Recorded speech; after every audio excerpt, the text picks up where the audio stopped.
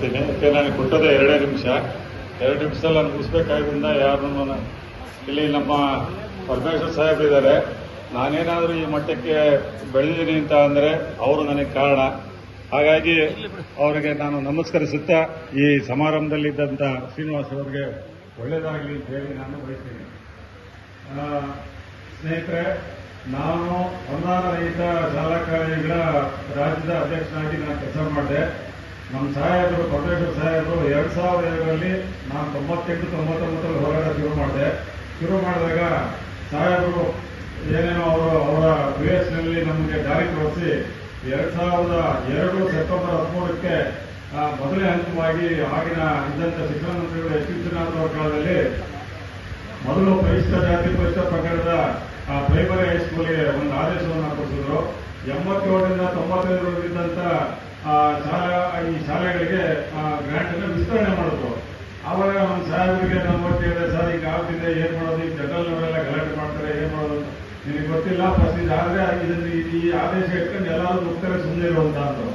ಆ ಮುಗ್ಗುವಷ್ಟರಲ್ಲಿ ಎಲ್ಲರೂ ಈ ಆದೇಶ ಆಯಿತು. ಆದೇಶ ಆದ ತಕ್ಷಣ ಎಲ್ಲರೂ 87ರಿಂದ 95 ಇದ್ದಂತ primary school, high school, junior college, PU college, degree college ಎಲ್ಲವೂ ಕೂಡ ಇವತ್ತು ಅನುದಾನಕ್ಕೆ 95 ಅವಧಿವರೆಗೂ ಗ್ರಾಂಟ್ ಒಳಪಟ್ಟು ಆ 87ರಿಂದ 95 ಅವಧಿಗೆ ಏನು ನಮಗೆ ಗ್ರಾಂಟ್ ಸಿಕ್ಕಿದೆ ಇಡೀ ರಾಜ್ಯಕ್ಕೆ, ಆ ರಾಜ್ಯಕ್ಕೆ ಪ್ರಮುಖ ಕಾರಣ ನಮ್ಮ ಡಾಕ್ಟರ್ ಜಿ ಪರಮೇಶ್ವರ್ ಸಾಹೇಬರು.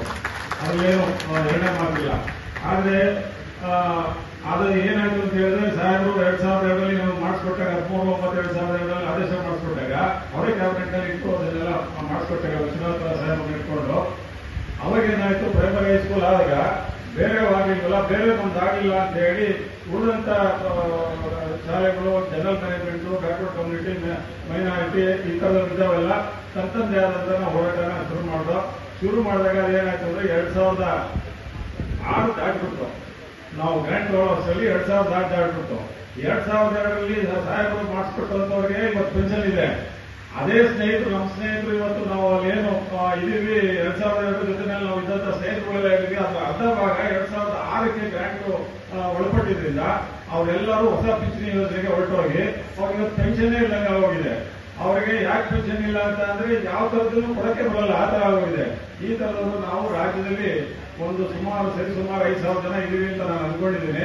ಅಲ್ಲಿ ಈಗಾಗಲೇ 1,500-2,000 ಜನ ರಿಟೈರ್ ಆಗಿ ಬಂದಿದ್ದಾರೆ, ಎಷ್ಟೋ ಜನ ಸತ್ತು ಹೋಗಿದ್ದಾರೆ, ಈಗ ಸಾಯ್ತಾನೂ ಇದ್ದಾರೆ. ಹಾಗಾಗಿ ಇದೊಂದು ವಿಶೇಷವಾಗಿ ದಯಮಾಡಿ ಸಾಹೇಬರು ಪರಿಗಣಿಸಿ 2006 ಪೂರ್ವದವರೆಗೆ ಸರ್ಕಾರಿ ನೌಕರರಿಗೆ ಇದನ್ನ ಹಳೆ ಪೆನ್ಷನ್ ಅನ್ನ ಆದೇಶ ಮಾಡಿದೆ. ಅವತ್ತು ಅನುದಾನಿತ ಶಿಕ್ಷಣ ಸಂಸ್ಥೆಗಳು ಅಂತ ಒಂದು ಪದ ಸೇರಿಸಿದ್ರೆ ಅದರಲ್ಲಿ 4,000-5,000 ಜನ ಸೇರ್ಕೊಂಡ್ಬಿಡೋರು. ಇವತ್ತು ಅದು ಹಿಂದಿನಿಂದ 5,000 ಜನ ಬೀದಿ ಪಾಲಾಗಿದ್ದಾರೆ. ಆದ್ರೆ ಇನ್ನೊಂದು 1,000 ಜನ ರಿಟೈರ್ ಆಗೋರು ಇರಬಹುದು. 2030 ರಿಟೈರ್ ಆಗ್ತಾರೆ. ಇದರಲ್ಲಿ ನಮ್ಮ ಸಾಹೇಬರು ಶಿಕ್ಷಣ ಸಂಸ್ಥೆಯಲ್ಲೂ ಕೂಡ ಒಂದು 137 ಜನ ಇದ್ದಾರೆ. ನಾವೀಗೆಲ್ಲ ಪಟ್ಟಿ ತಗೊಂಡಿದ್ದೀವಿ.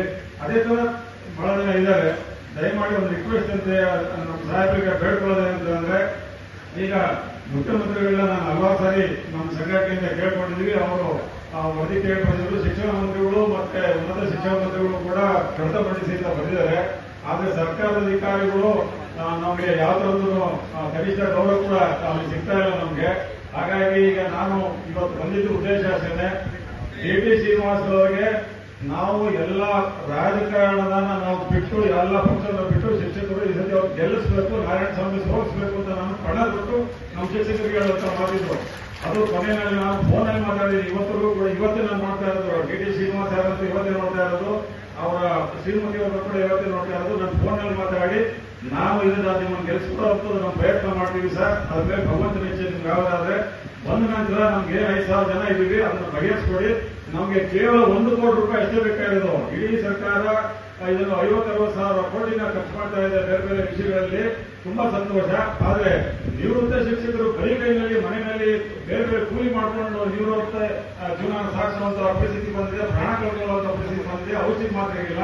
ಇವ್ರಿಗೆ ದಯಮಾಡಿ ನೀವೇನಾದ್ರೂ ಮಾಡಿ ಒಂದು ಪೆನ್ಷನ್ ಅನ್ನ OPS ನಮ್ದೇನಿದೆ ಹಿಂದಿನ ಅವಧಿ ಇತ್ತು, ಅದರ ಅನುದಾನ ರಹಿತ, ಕನಿಷ್ಠ ಅನುದಾನ ರಹಿತ ಅವರನ್ನ ಸೇರಿಸಿ ನಮಗೊಂದು ಸಹಾಯ ಮಾಡಿ ಅಂತ ಕೇಳ್ಕೊಂಡಾಗ ನಾನು ಗೆದ್ಬಂದ್ರೆ ಖಂಡಿತ ಮಾಡ್ಕೊಡ್ತೀನಿ ಸರ್, ನಮ್ಮ ಸಾಹೇಬರಿಗೆ ಹೇಳಿ ನಾನು ಮಾಡಿಸ್ಕೊಡ್ತೀನಿ ಅಂತ ಹೇಳಿದ್ರು.